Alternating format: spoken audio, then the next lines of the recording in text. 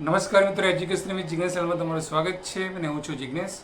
મિત્રો, આજનો વિડીયો જે છે એ બહેનો માટે છે અને જે ગુજરાત સરકારમાં દરેક જિલ્લાની અંદર આંગણવાડી બહેનો અને એટલે કે કાર્યકર અને તેડાગરની જે ભરતી જાહેર થઈ છે અને એ ભરતી જે છે એ જિલ્લાવાર ભરતી છે. તો આજનો વિડીયો જે રહ્યો એવા બહેનો માટે છે કે જે ધોરણ 10 પાસ છે કે ધોરણ 12 પાસ છે અથવા પીટીસી બીએડ કરેલું છે, સ્નાતક છે, અનુસ્નાતક છે, આવા કોઈ બહેનો જે છે અને એમને પોતાના ગામમાં કે પોતાના વિસ્તારમાં, શહેરી વિસ્તારમાં ત્યાં કોઈ એમને આંગણવાડીની અંદર નોકરી કરવી છે. તો એની જે જાહેરાત આવેલી છે સરકારી, તો એ જાહેરાતને અનુસંધાનમાં આજનો વિડીયો મેં આ બનાવ્યો છે. તો કદાચ તમને જરૂરી ના લાગે તો તમારા કોઈ એવા સર્કલમાં હોય કે કોઈ એવું હોય તો વિડીયો જરૂરથી શેર કરજો, કેમ કે ખૂબ જ ઉપયોગી માહિતી એની અંદર તમને મળવાની છે.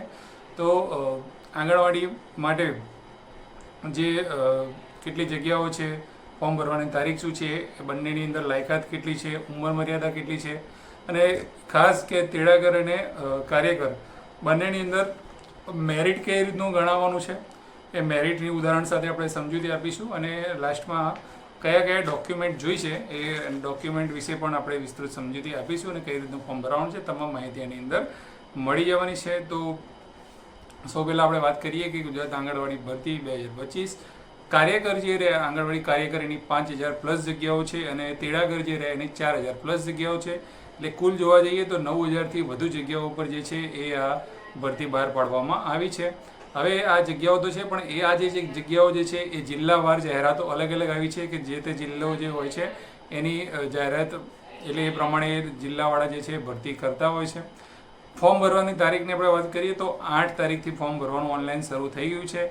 8/8/25થી 30/8/2025 સુધી ઓનલાઈન ફોર્મ ભરાવાના છે અને વેબસાઇટ છે ehrms.gujarat.in ઉપર. આ વેબસાઇટ ઉપર ઓપન કરશો, એ વેબસાઇટ આપણે ડિસ્ક્રિપ્શનની અંદર એની લિંક આપણે તમે આપી દેવાના છે. એ વેબસાઇટ ઉપર ઓપન કરશો, એની અંદર રિક્વાયરમેન્ટ જે ટેબ છે એના ઉપર જશો અને ત્યાં એપ્લાય લખેલું આવે છે. તો ત્યાં એપ્લાયમાં જશો તો બધી જિલ્લાવાર જાહેરાતો જે છે એ જોવા મળે છે વેબસાઇટ ઉપર અને 3-4 ટેબ ત્યાં જોવા મળે છે કે વ્યૂ કરશો કે પીડીએફ જાહેરાત જે આવેલી હતી પેપરમાં એ પણ તમને જોવા મળશે અને એ જિલ્લાની અંદર તમે ટચ કરશો તો એ જિલ્લાની અંદર તાલુકા કેટલા કયા તાલુકામાં જગ્યા છે, તાલુકાની અંદર તમારા ગામની અંદર જગ્યા છે કે નહીં, તમારા વિસ્તારની અંદર જગ્યા છે કે નહીં, એ બધું જે છે એ વેબસાઇટ ઉપર ઓનલાઈન બતાવે છે. તમે પોતાના ગામ કે પોતાના વિસ્તારમાં તમે જ્યાં રહેતા હોય ત્યાં તમે એપ્લાય કરી શકો છો. હવે આપણે વાત કરીએ અગાઉ કે કાર્યકર અને તેડાગર બંનેની અલગ અલગ જે છે એ જાહેરાત ભરતી જે છે એ થતી હોય છે, બરાબર છે. કાર્યકર જે હોય છે એ લોકોનો જે પગાર હોય છે 10,000 પ્લસ કંઈક હોય છે અને તેડાગરનો જે પગાર હોય છે એ 5500 પ્લસ કંઈક પગાર જે હોય છે એમનો હોય છે. હવે આપણે લાયકાત અને ઉંમર મર્યાદાની વાત કરી લઈએ તો કાર્યકર માટે જે છે એ મિનિમમ 12 પાસ જે છે એની લાયકાત છે અથવા એને સમકક્ષ કંઈ બી તમે કોર્સ કરેલો હોય તો તમે કાર્યકરમાં ફોર્મ ભરી શકો છો. તેડાગરની વાત કરીએ તો મિનિમમ 10 પાસ જે છે એની અંદર લેવાના છે, 10મું પાસ હશે તો એ પ્રમાણે જે છે એમનું મેરિટ ગણાવવાનું છે. ઉંમર મર્યાદાની વાત કરીએ તો બંનેની અંદર ઉંમર મર્યાદા છે એ 18થી 33 વર્ષ સુધીમાં છે. એટલે કે 33 વર્ષથી વધારે ઉંમરની બહેનો જે હશે એ ફોર્મ ભરી શકશે નહીં. હવે બીજી વસ્તુ છે કે કેટેગરીની અંદર પણ કોઈ છૂટછાટ નહીં મળે. બીજી ભરતીમાં તમે જોઈ શકો છો કે એસટી, એસસી, ઈડબ્લ્યુએસ, ઓબીસીની અંદર જે પણ ઉંમરની છૂટછાટ મળતી હોય છે, મહિલા તરીકેની જે છૂટછાટ મળતી હોય છે, એવી કોઈ ઉંમર મર્યાદામાં છૂટછાટ જે છે આની અંદર કોઈ મળવાની નથી. પછી વાત કરીએ કે જે બહેનો ઓલરેડી તેડાગરની અંદર હાલ નોકરી કરે છે એ તેડાગરમાંથી એ લોકોને આંગણવાડીની અંદર જો જવું હોય તો એ ફોર્મ 43 વર્ષ સુધી ભરી શકે છે. એ ખાસ મહત્વનો પોઈન્ટ જે છે એ ધ્યાન રાખજો. તો આ વાત થઈ લાયકાત અને ઉંમરની. હવે આપણે એની અંદર મેરિટ કેવી રીતે ગણાવવાનું છે, આ ભરતી જે છે મેરિટ પ્રમાણે થવાની છે જિલ્લાવાર અને જે તે તમે જે જગ્યાએ એપ્લાય કરો છો એ પ્રમાણે તમારું મેરિટ પ્રમાણે તમને મૂકવામાં આવવાના છે. તો મેરિટ કેવી રીતનું ગણાવવાનું છે એની વાત કરી લઈએ તો અહીંયા તેડાગરની પહેલાં વાત કરીએ તો તેડાગરમાં જે છે ધોરણ 10 જે છે એના 20% ગણાવવાના છે. ધોરણ 12માં તમે જે પણ મેળવેલા હશે એના 30% ગણાવવાના છે. ધોરણ 12 પછી તમે કોઈ અભ્યાસ કરેલો હોય, દાખલા તરીકે તમે BA કરેલું હોય, BCom કરેલું હોય કે બી કરેલું હોય, PTC કરેલું હોય, BEd કરેલું હોય, કોઈ પણ 12મા પછીનો જે પણ અભ્યાસ તમે કરેલો છે એના 30% ગણાવવાના છે. ત્યારબાદ તમે કોઈ કેટેગરીમાંથી આવો છો કે ST, SC, EWS, OBC, આ ચારમાંથી કોઈ પણ કેટેગરીમાંથી આવો છો તો તમારું 10% માર્ક્સ છે એ કેટેગરીના ની અંદર પ્લસ થવાના છે. અને ત્યારબાદ જો વિધવા ઉમેદવાર હોય તો એને 10% મળે છે. એમ કરીને કુલ 100નું મેરિટ તમારું ગણાતું હોય છે. હવે એને આપણે ઉદાહરણ દ્વારા સમજીએ કે ઉદાહરણ દ્વારા તિરાગઢનું મેરિટ કેવી રીતે ગણાશે. તો દાખલા તરીકે ધોરણ 10માં તમારે 60% હોય તો 60ના 20%, એટલે કે 60 ગુણ્યા 20 ભાગ્યા 100 કરશો તો 10માના જે છે એ 12% ગણાશે. અને ધોરણ 12ની અંદર દાખલા તરીકે 60% હોય તો 60 ગુણ્યા 30 ભાગ્યા 100 કરીએ તો એમાંથી જે છે એ 18 માર્ક્સ ગણાય છે.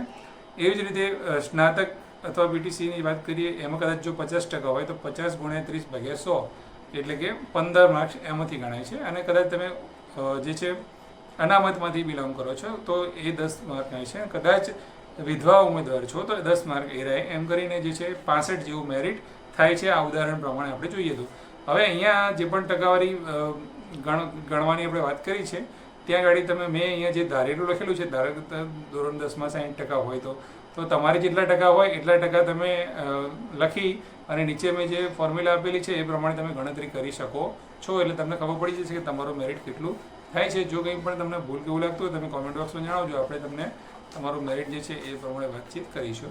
હવે વાત કરીએ આંગણવાડી કાર્યકરની વાત કરીએ તો આંગણવાડી કાર્યકરનું મેરિટ કેવી રીતનું રહેવાનું છે. તો એમના જે છે ધોરણ 12ના 20% ગણાવવાના છે. સ્નાતક અથવા PTC જેવો કોઈ અભ્યાસ આગળ 12મા પછી કરેલો હોય તો એના 30% ગણાવવાના છે. અનુસ્નાતકની વાત કરીએ તો માસ્ટર ડિગ્રી કરેલી હોય તો એના ગણાવવાના છે 30%. અનામત ઉમેદવારના મળવાના છે 10% અને વિધવા ઉમેદવાર હોય તો પણ એમાં 10% મળી શકે છે. અને ટોટલ જે છે 100નું મેરિટ એ પ્રમાણે ગણાવવાનું છે. હવે આનું ઉદાહરણ પ્રમાણે વાત કરી લઈએ. જેવી રીતે અગાઉ વાત કરી રીતે ધોરણ 12માં દાખલા તરીકે 60% આવેલા હોય તો 60ના 20% એટલે 60 ગુણ્યા 20 ભાગ્યા 100 એટલે 12 માર્ક્સ એ ગણાય છે. સ્નાતક અથવા PTCની અંદર જો કદાચ તમારે 60% હોય તો 60 ગુણ્યા 30 ભાગ્યા 100 બરાબર 18 માર્ક્સ જે છે એ એના ગણાય છે. અનુસ્નાતક એટલે કે MAની અંદર 50% હોય તો 50ના 30% એટલે 50 ગુણ્યા 30 ભાગ્યા 100 એટલે 15 માર્ક્સ એ ગણાય છે.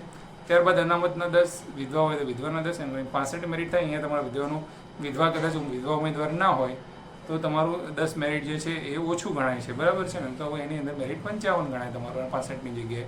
તો આ પ્રમાણેનું જે છે એ સમગ્ર મેરિટ ગણાય છે. ત્યારબાદ વાત કરીએ મહત્વનો પોઈન્ટ, ડોક્યુમેન્ટ કયા કયા જોઈશે. ડોક્યુમેન્ટમાં ઓનલાઈન કયા કયા અપલોડ કરવાના હોય છે. તો તમામ માર્કશીટો ધોરણ 10ની 12માની જે પણ માર્કશીટો છે બધી માર્કશીટો તમારે આપવાની છે. માર્કશીટની નકલો અને ટ્રાયલ સર્ટિફિકેટ પણ આપવાનું થાય છે. બીજો ઉચ્ચ અભ્યાસ કોઈ બી કરેલો હોય, જે વાત કરીએ આપણે સ્નાતક હોય, અનુસ્નાતક હોય, PTC હોય, BEd હોય, આવું કંઈ પણ કરેલું હોય તો એની પણ માર્કશીટો અને સાથે ટ્રાયલ સર્ટિફિકેટ તમારે જોડવાનું છે. જાતિ અંગેનું પ્રમાણપત્ર જોડવાનું છે. ST, SC, OBC માટે. EWS માટેનું પાત્રતા પ્રમાણપત્ર આવે છે એ તમારે જોડવાનું રહેશે. રહેઠાણ માટેનું પ્રમાણપત્ર જે છે એ જે તે મામલતદારમાંથી તમારે મેળવવાનું છે. અને એમાં એવું લખાવવાનું છે કે તમે છેલ્લા 1 વર્ષથી ઓછામાં ઓછા 1 વર્ષથી તમે જે જગ્યા માટે એપ્લાય કરો છો એ વિસ્તારમાં તમે રહેતા હોવા જોઈએ, બરાબર. એ શરત છે. એટલે ખાસ રહેઠાણનું પ્રમાણપત્ર મામલતદારમાંથી તમારે કઢાવવાનું છે. ત્યારબાદ સ્વઘોષણાપત્ર જે છે, સ્વઘોષણાપત્ર એ અંદર આપેલું જ છે PDFમાં. તો એ તમે જે પણ સાયબર કાફે ફોર્મ ભરાવા જશો ત્યાં તમે કહેશો તો તમને પ્રમાણપત્ર જે છે એ ભરીને આપી દેશે. ત્યારબાદ જન્મનું પ્રમાણપત્ર તમારે આપવાનું છે. અને જો કોઈ ઉમેદવાર વિધવા ઉમેદવાર હોય તો એ વિધવા હોવા અંગેનું જે પણ માન્ય પ્રમાણપત્ર હોય છે એ પ્રમાણપત્ર રજૂ કરવાનું છે. આ ઉપરાંત જે છે યુનિવર્સિટીવાળા જે ગ્રેડ્યુએશન સિસ્ટમમાં હોય એમને માર્કશીટમાં માર્ક્સ ટકા ના લખેલા હોય તો એ પ્રમાણે ટકાવારી કઢાઈનું પ્રમાણપત્ર પણ રજૂ કરવાનું રહેશે. અને અન્ય બીજા કોઈ પણ જરૂરી ડોક્યુમેન્ટ હોય તો પણ રજૂ કરવાના રહેશે. બાકી આ બધા જ ડોક્યુમેન્ટ લઈ અને તમે સાયબર કાફેમાં કે જશો તો તમારું ફોર્મ જે છે એ ભરી આપશે. અને જે પણ એમની ફોટોની સાઇઝ કેટલી જોઈએ છે કે શું છે એ બધી જ માહિતી જે છે એમની પાસે હોય છે. અને એ આપણે આજે વેબસાઇટ ઉપરથી તમે જોઈ શકો છો. ભરતી પ્રક્રિયા આગળ જે છે ફોર્મ ભરાશે તમારા, એની પછી ચકાસણી થશે. ચકાસણી પછી થોડું સુધારણા કંઈ એવું હશે તો ટાઈમ આપશે. ત્યારબાદ લિસ્ટ મુકાશે ને પછી નિમણૂક હુકમો આપશે. તો આ રીતે સમગ્ર ભરતી પ્રક્રિયા થવાની છે. તો તમારો કોઈ પણ પ્રશ્ન હોય, જો તમે આંગણવાડી કાર્યકર કે તેડાગર બનવા માગો છો, કોઈ પણ પ્રશ્ન હોય તો તમે જે છે કોમેન્ટ બોક્સમાં કોમેન્ટ કરીને જણાવી શકો છો. બીજી કોઈ નવી અપડેટ હશે તો જરૂરથી આપણે વિડીયો બનાવીને તમને જાણકારી આપીશું. તો ચેનલ ઉપર નવા હોય તો સબસ્ક્રાઇબ જરૂરથી કરજો અને લાઇક કરવાનું ભૂલતા નહીં, શેર કરવાનું ભૂલતા નહીં. નવા વિડીયોમાં ફરીથી મળીશું. જય હિન્દ, જય ભારત. Thank you.